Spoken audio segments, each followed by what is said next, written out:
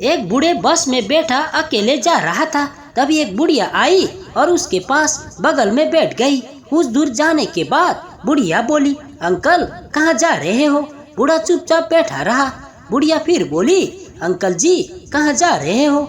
इस बार बूढ़े को गुस्सा आया और बोला, बेटी तुम बहुत सुंदर हो और जवान हो, इसलिए तेरे लिए लड़का देखने जा रहा हूँ। एक बार ट्रेनिंग के दौरान कैप्टन जवान से बोले, नौजवानों आगे बढ़ो। सभी जवान आगे बढ़ने लगे। संता वहीं पर खड़ा देख रहा था। कैप्टन गुस्से से बोले, तुम क्यों नहीं आगे बढ़े? संता जोर से बोला, साहेब आप ही ने तो कहा था कि नौजवानों आगे बढ़ो, पर मैं तो 10वां जवान हूँ। हस्बैंड गुस्से से पत्नी से बोला, क्या तुमने मुझे कुत्ता कहा? पत्नी चुप रही। हस्बैंड बोला, क्या तुमने मुझे कुत्ता कहा? पत्नी फिर चुप रही। हस्बैंड जोर से बोला, क्या तुमने मुझे कुत्ता कहा? पत्नी चिल्ला कर बोली, नहीं कहा। भगवान के लिए अब भौंकना बंद कर लो जी।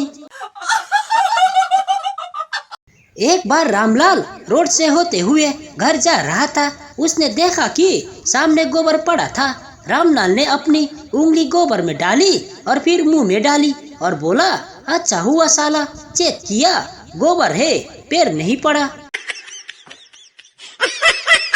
एक कस्टमर चिकन खरीदने दुकान गया और दुकानदार से बोला, भाई साहब 1 किलो चिकन देना।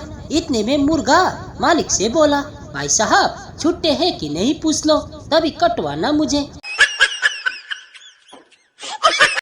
एक बड़ी उम्र वाली लड़की ने कॉलेज में दाखिला लिया। सारे लड़के लड़कियों ने उसे बुआ कहकर चिढ़ाने लगे।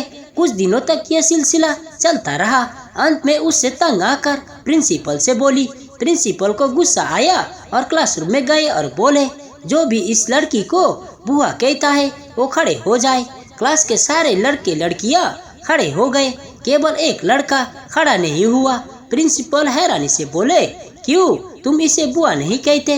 लड़का शर्माते हुए बोला, सर मैं सारी क्लास का फूफा हूँ।